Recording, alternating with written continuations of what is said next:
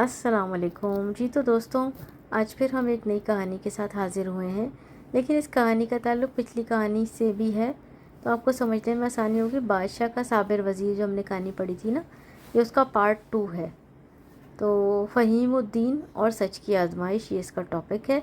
چلیں کہانی شروع کرتے ہیں۔ ایک دن بادشاہ اور وزیر فہیم الدین باغ میں بیٹھے تھے۔ موسم خوشگوار تھا۔ بادشاہ نے پوچھا، فہیم الدین، اگر کوئی دن ایسا آئے کہ سچ بولنے کی سزا ملے تو بھی سچ بولنا چاہیے؟ فہیم الدین مسکرایا اور بولا، بادشاہ سلامت، سچ کی راہ کبھی آسان نہیں ہوتی، مگر انجام ہمیشہ روشن ہوتا ہے۔ اس کا مطلب سچ بولنا آسان نہیں ہوتا، سچ بولنا بہت مشکل ہوتا ہے، لیکن at the end of the day آپ کو اس سے فائدہ ہی پہنچتا ہے۔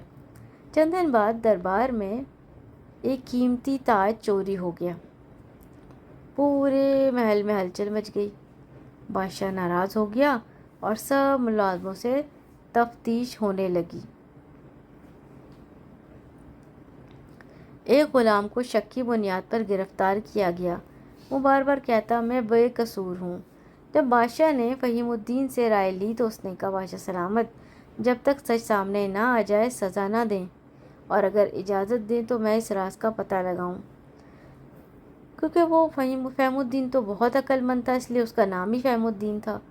تو اس نے بادشاہ سے اجازت مانگی، تو بادشاہ نے اجازت دے دی کہ چلو بھائی تم پتہ لگا لو کون چور ہے۔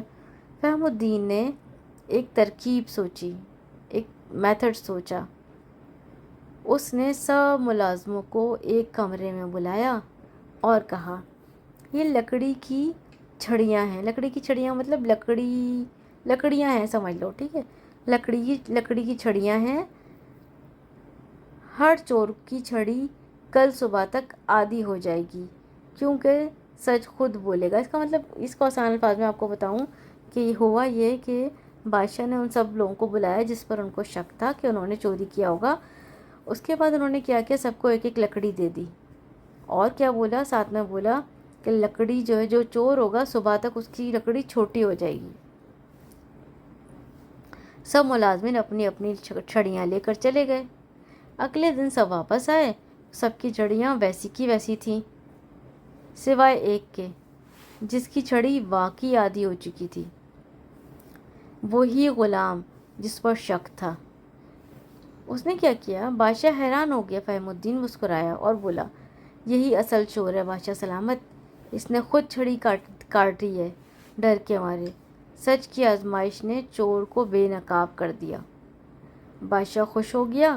اس نے غلام کو سزا دی اور فہیم الدین کو گلے لگا کر کہا، تم صرف عقل مند نہیں، سچے بھی ہو۔ اس کہانی سے ہمیں سبق ملتا ہے کہ سچ کبھی چھپتا نہیں اور جھوٹ کبھی بچتا نہیں۔